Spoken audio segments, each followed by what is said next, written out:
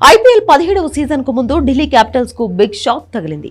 ఆ జట్టు స్టార్ ఆటగాడు ఇంగ్లాండ్ యువ క్రికెటర్ హ్యారీ బ్రూక్ ఈ సీజన్ నుంచి వైదొలిగాడు.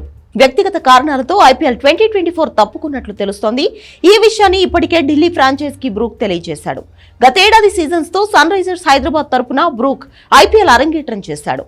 ఐపీఎల్ 2023 వేలంలో అతన్ని సన్ రైజర్స్ ఏకంగా 13.23 కోట్ల భారీ ధరకు కొనుగోలు చేసింది.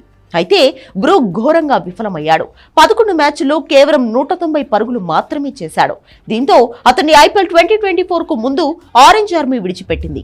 ఈ క్రమంలో వేలంలోకి వచ్చిన హ్యారీని 4 కోట్ల రూపాయలకు ఢిల్లీ క్యాపిటల్స్ సొంతం చేసుకుంది. అయితే హ్యారీ బ్రూక్ సామర్థ్యంపై నమ్మకం ఉంచి ఢిల్లీ ఫ్రాంచైజ్ అతన్ని దక్కించుకుంది.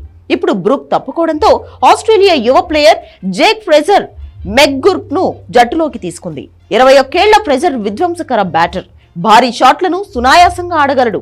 వెస్టిండీస్ తో జరిగిన 3వ వన్డేలో 18 బంతుల్లో 41 పరుగులు చేశాడు. అంతేగాక 29 బంతుల్లో సెంచరీ బాది వైట్ బాల్ క్రికెట్ లో ఫాస్టెస్ట్ సెంచరీ రికార్డు సాధించాడు.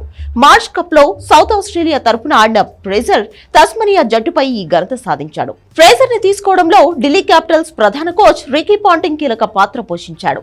ఈ టాప్ ఆర్డర్ బ్యాటర్ రాకతో ఢిల్లీ బ్యాటింగ్ మరింత బలోపేతంగా మారిందని పాంటింగ్ చెప్పాడు. కాగా ఐపీఎల్ 17వ సీజన్ మార్చి 22 నుంచి మొదలు కానుంది.